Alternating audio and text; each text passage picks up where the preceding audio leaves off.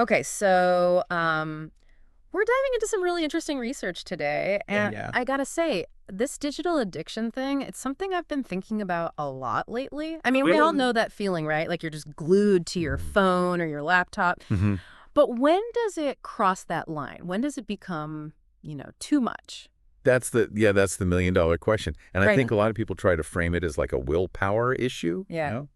just have more self-control. Right. Exactly. But honestly, it's way more complicated than that. These platforms, these devices, they're designed to keep us hooked, like literally. Yeah, you always hear that phrase, the attention economy, but I'm not always sure I fully get what it means. It's actually pretty straightforward. Oh. Think of it like this. In the digital world, our attention is what's valuable. Companies compete for it. They make money off of keeping us engaged. Oh, So the that. more time we spend scrolling and clicking and watching, the more data they can collect. Yeah. And then they can show us more targeted ads, and that makes them more money. So it's kind of like it's in their best interest to keep us like hooked, even if it's not really in Uh, our best interest. exactly. And they've got all these like psychological tricks and design tactics they use to do that. Fascinating. But even before we get into like all those specifics, we should probably define what we're actually talking about. Like, what is digital addiction exactly? Yeah. How is it similar to, other kinds of addiction? Yeah, that's a good point. From the research you sent, it seems like this idea of like a compulsive need, Yeah. right? It's not just about enjoying social media or, video games, but it's more like you feel like you can't stop, Right. even when it starts to affect your life negatively. Yeah. It's that loss of control. And a lot of times that feeling of compulsion is driven by what's called the dopamine reward pathway in our brains. Dopamine. Okay, so I've heard of that. Obviously, it's like It's the pleasure chemical. pleasure chemical, yeah. But I don't really understand how it all works with like digital addiction. So basically, every time you get a notification, a like, a new email, our brains release a little hit of dopamine. It makes us feel good. Ah, I said And it's that. meant to be like a positive reinforcement to encourage us to repeat that behavior. Mm. The problem is these digital platforms, they've figured out how to like hack that system. Oh, wow. They create these like unpredictable reward cycles. You never know when you're going to get that next hit of dopamine, so you just keep checking, scrolling, refreshing. So it's kind of like a slot machine, right? You're just constantly pulling that lever, Exactly, yeah. Great analogy. hoping for that win. Yeah, that's exactly it. Okay, that makes a lot of sense. And you mentioned that, this affects everyone differently, right? It's not like Well, for sure. just being addicted to your phone or just to social media. Definitely. The research you sent actually talks about like a few distinct types of digital addiction. You've got like social media addiction, where people are constantly checking their feeds, comparing themselves to others. Then there's smartphone addiction, which is less about a specific app and more about just needing To have the phone. the device. Yeah. And of course, there's like video game addiction, Mm. especially with all the online gaming these days. Right. And then like streaming and content addiction, like that endless Netflix binge or the YouTube rabbit hole. I think we've all been there. Definitely. But there's another one that I thought was really interesting. Information overload. It's like you're just constantly reading news and articles, but you never really do anything with the information. Oh, that's such a good point. I think that speaks to this deeper feeling of being overwhelmed. Like there's just so much information coming at us all the time. It's like we're addicted to feeling informed, Right. even if we're not really like processing or retaining any of it. Yeah, I can totally relate to that. Okay, but I think we should shift gears a bit and talk about the impact of all of this, right? Okay. Because it's not just about feeling distracted. This can have like real consequences for our mental and physical health. Oh, absolutely. There's more and more evidence that too much screen time, especially social media, can lead to anxiety and stress. And it makes sense if you think about it, right? Because on these platforms, you're constantly seeing these like idealized versions of people's lives. Yeah. It leads to comparisons and FOMO, that fear of missing out. Oh, FOMO is definitely real. But it's not just in our heads, right? There's actually a measurable decline in our attention spans because of all this digital stimulation. Like, didn't you say that the human attention span is now shorter than a goldfish's? Yeah, it's a pretty crazy stat. I mean, whether it's totally accurate or not, who knows? Mm-hmm. But I do think it highlights a worrying trend. Some people argue that our attention spans aren't really shrinking. They're just becoming more, how do I say it, selective. Oh, interesting. Like we're getting used to filtering information really quickly and only focusing on what seems relevant or stimulating in that moment. So maybe it's not about like our ability to focus, but more about what we choose to focus on. Yeah, exactly. And that makes you wonder about how these platforms are changing our brains, right? Yeah. Like how they're Yeah. affecting the way we think. It's a little bit unsettling, honestly. But okay, so what about some of the other impacts? Like we've got sleep disruption from the blue light, right? And then there's that weird thing, phantom vibration syndrome. Oh, yeah. Yeah, that feeling where you think your phone is buzzing in your pocket, but it's not. Yes. It Yeah. just shows how, like, wired we are to those notifications, that constant stimulation. Even when we're not using our devices, we're still anticipating that next ping. That's kind of creepy, but also fascinating. But beyond just like the individual impacts, what about the social consequences of all this? Like, how is it changing the way we interact with each other? There's definitely concern that, as we spend more time communicating through screens, we're losing some of those essential face-to-face communication skills. I see what you mean. But hasn't technology also opened up like new ways for people to connect, especially people who are isolated or who struggle with social anxiety? Yeah, you're right. It's not all bad. Technology can both connect and isolate us. The trick is finding that balance. It's a double-edged sword. Exactly. Yeah, And that's where things start to get really tricky. it really is. Yeah. Okay, so we've talked about how this digital addiction thing, it's a real problem, right? It can have some serious downsides. But what can we actually do about it? Like, can we really break free from this hold that technology seems to have on us? Absolutely, yeah. Yeah. I don't think it's a hopeless situation at all. The first step is just being aware, Yeah. like recognizing the role that technology plays in your life and how it might be affecting you. You actually sent over some of Cal Newport's work. And I think his idea of digital minimalism is really interesting. It Yeah. gives us a framework for taking back control. Yes. His book was one of the sources I sent over. So, for anyone listening, can you explain what digital minimalism actually is? Because it sounds kind of extreme, like Right. living off the grid or something. It's not about rejecting technology completely. It's more about being intentional, choosing how you use it. So Newport argues that we should focus on the technologies that actually add value to our lives Okay. and get rid of the rest. So it's like quality over quantity when it comes to our digital lives. Exactly. But how do we actually do that? Like, what does that look like in practice? So Newport suggests a three-step process.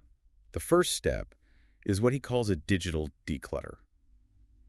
And that basically means taking a 30-day break from any optional technologies Whoa, okay. that you think might be a problem for you. So like a digital detox, but for a whole month. Yeah, pretty much. I gotta admit, that sounds kind of scary. I mean, it can be tough, for Yeah. sure, but it's also super valuable. During that time, you focus on rediscovering things you enjoy doing offline, Okay. things that bring you joy, you know, without needing a screen. Yeah. Could be spending time in nature, reading a book, picking up a creative hobby, Right. or just connecting with friends and family face to face. I can just imagine like sitting on a porch swing with a good book, some lemonade, and absolutely no notifications. Sounds nice, you're right. Yeah, that sounds amazing. The point is to break those digital habits, Yeah. to create space to reevaluate your relationship with technology.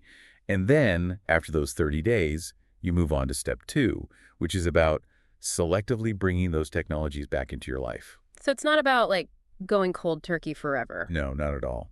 It's about being more deliberate.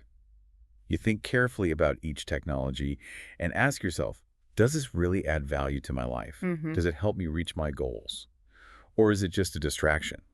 And if you do decide to bring it back, you do it on your terms. You set boundaries. You make rules for how and when you're going to use it. I see. So, like, if I decided social media was something I wanted to keep in my life, I might set certain times for checking it or limit my time on certain apps Okay? or maybe even unfollow accounts that make me feel bad, like comparisons or FOMO and stuff. Yeah, that's a great example. It's about taking back control, making sure that technology serves you, not the other way around. I love that. And then the third step is all about optimizing the technologies you do keep. So finding ways to use them more efficiently and effectively, so they don't take over your life. So, like, things like learning keyboard shortcuts or using productivity apps or setting up email filters so I don't get bombarded with notifications all the time. Exactly. It's about streamlining your digital workflow so you can get things done without getting sucked into that endless scroll. Okay, so this is all making a lot of sense. But as we're talking, I keep thinking back to that point about our attention spans, maybe even shorter than a goldfish's. If our brains are really being rewired by all this digital stuff, can we actually undo that? Like, can we train our brains to focus again? That's a really interesting question. Yeah. And yeah, there's a growing interest in this idea of attention training. There are a lot of techniques and practices like mindfulness meditation Oh, right. that have been shown to improve focus and attention. So even though our brains are being shaped by technology, it's not like we're powerless. We can still rewire them. Right. We can regain control. Exactly. It's about recognizing that our brains are adaptable. They can change. Hmm. And things like digital minimalism or even just being more mindful of our digital habits, that can be a great first step. That's encouraging. Yeah. You mentioned earlier how these tech companies, their business model is all about getting our attention, right? Hmm. But aren't some companies starting to promote these digital well-being features, like screen time limits and do not disturb modes? I'm curious how that all fits in. That's a good point. Yeah. I think there's definitely a growing awareness, both from people like us and from within the companies themselves, Right. that something needs to change. Whether those digital well-being features actually work or if they're just a PR stunt, that's a whole other debate. It is a little bit ironic, isn't it? Like, hey, we know our product is designed to be addictive, but here are some tools to help you use it less. Yeah, it does seem kind of contradictory. But at the end of the day, it comes down to personal responsibility. Right. We can't wait for these companies to fix it for us. We have to be proactive about setting our own boundaries and making conscious choices about how we use technology. Yeah, I think that's a really important point. We can't just passively accept whatever these platforms throw at us. We have to take an active role in shaping our digital lives. Absolutely. It's about reclaiming agency, Yeah.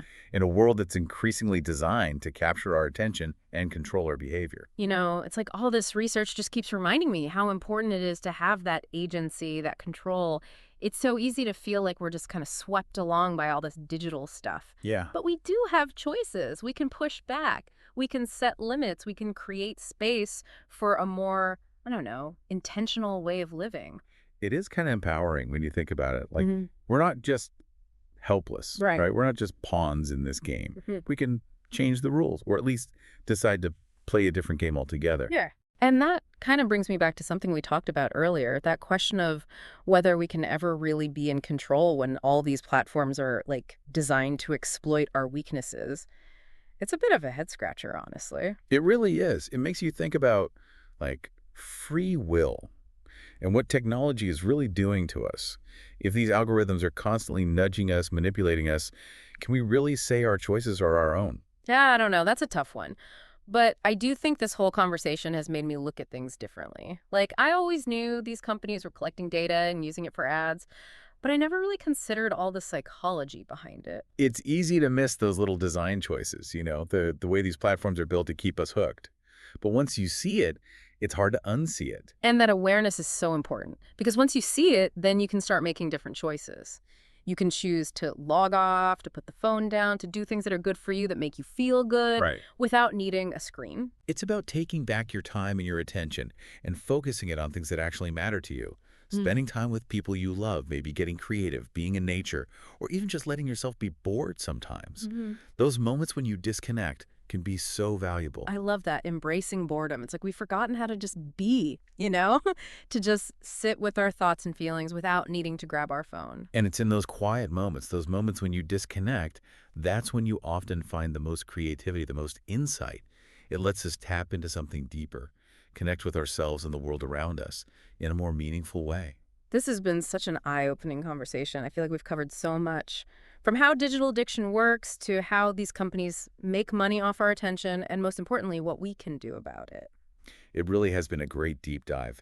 And as we wrap up, I'm curious, what's one small change you're thinking about making in your own digital life?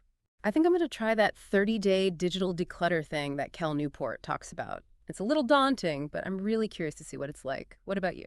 I'm all about those no-phone zones. Hmm. My bedroom is a tech-free space now, and I've been sleeping so much better. Oh, wow. It's amazing how much of a difference it makes just to have a little distance from technology. That's a great idea, and I think it's a perfect place to end our conversation today. It's not about, like, becoming anti-technology or anything. It's about finding that healthier balance. Exactly. It's about remembering that technology is a tool. And like any tool, it can be used in good ways and bad ways. It's up to us to decide how we want to use it. So to everyone listening, we encourage you to think about your own digital habits. What small changes can you make to take back your time, your attention, and ultimately your digital life? Until next time, Stay curious, stay mindful, and stay connected, but on your own terms.